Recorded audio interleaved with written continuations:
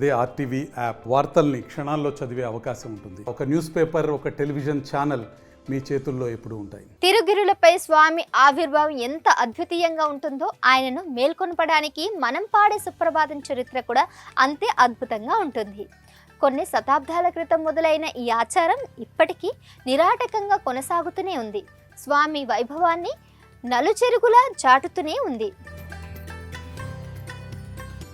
వందల ఏళ్ల క్రితం నాటి వాల్మీకి రామాయణానికి శ్రీ వెంకటేశ్వర సుప్రభాతానికి చాలా దగ్గర సంబంధం ఉంది. గంగా సరయూ నదీ తీరంలో నిద్రిస్తున్న రాముల వారిని నిద్రలేపడానికి రామాయణంలోని బాలకాండలో ప్రస్తావించిన కౌసల్య సుప్రజ రామ పూర్వ సంధ్య ప్రవర్తతే అనే శ్లోకాన్ని సుప్రభాతంలోని మొదటి శ్లోకంగా వర్ణించారు. శ్రీ వీరప్రతాపరాయలు హయాంలో వేద పఠనంతో పాటు సుప్రభాత పఠనం కూడా ఆరంభమైందని అంటారు. అప్పటి నుంచి అవిచ్ఛిన్నంగా దాదాపు 5 శతాబ్దాల పాటు ఈ ఆచారం అలానే కొనసాగుతోంది. స్వామివారికి నిత్యం జరిగే పూజల తరహాలోని సుప్రభాత సేవ కూడా జరుగుతుంది. అవి కూడా వైఖానస ఆగమాల ప్రకారం అన్ని పూజలు చేయాలని నిర్దేశించబడింది. మానవులుగా మనం ఏ పనుడైతే చేస్తామో స్వామికి కూడా అవే చేయాలని, అది కూడా వేదమంత్రాలతో చేయాలని శాస్త్రాల్లో నిర్దేశించారు. అందుకే క్షణకాలం పాటు యోగ నిద్రలో ఉండే స్వామిని సుప్రభాతంతో మేల్కొలుపుతాము. రోజులు 22.5 గంటల పాటు సేవలు దర్శనాలు పోను శ్రీవారికి మిగిలిన సమయం 1.5 గంట మాత్రమే. ఆ సమయంలో స్వామివారు సేద తీరుతారని, అది కూడా నిద్రపోవడం కాకుండా కేవలం యోగ నిద్రలోకి వెళతారని పండితులు అంటున్నారు. కలియుగంలో వెంకటేశ్వరుడి అవతారంలో భక్తులను కటాక్షిస్తున్న శ్రీమన్నారాయణుడు స్తోత్రప్రియుడు. ఆయన్ను ఎన్ని రకాలుగా సేవిస్తే అంతగా ఆనందిస్తాడు. అందుకే అన్నమయ్య మొదలుకొని నేటి వరకు ఎవరికీ లేనన్ని స్తోత్రాలు, పాటలు ఎంతోమంది మహానుభావులు వెంకటేశ్వర స్వామి మీద రచించారు. అలాగే అప్పట్లో శ్రీవారి ఆరాధ్య పురుషుల్లో ఒకరైన ప్రతివాద భయంకర అన్నన్ ఆరాచార్యులు ఆయన గురువైన మనవాల మహాముని ఆజ్ఞాపన మేరకు సుప్రభాతాన్ని రచించారు.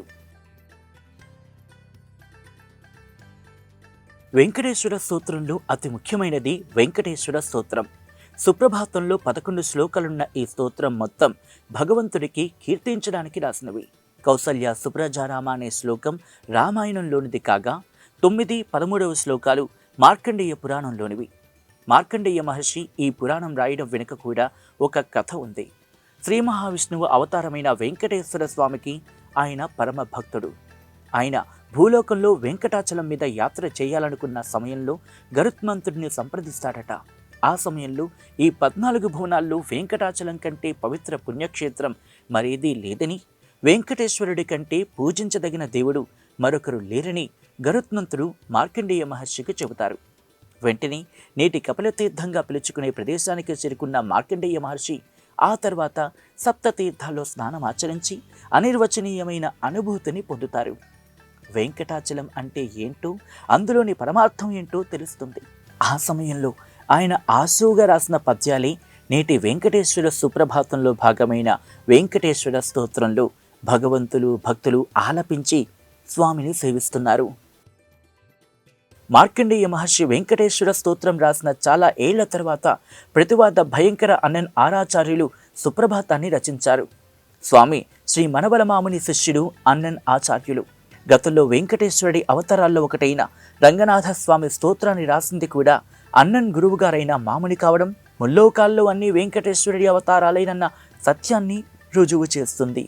తెలుగులో న్యూస్ కి ఫాస్టెస్ట్ యాప్ ఇప్పుడు టోటల్లీ న్యూ అవతార్లో జస్ట్ 5 seconds లో కంప్లీట్ న్యూస్. సోషల్ మీడియాలో ట్రెండ్స్ కి one stop solution.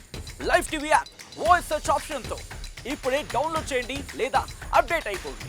App link description లో ఉంది.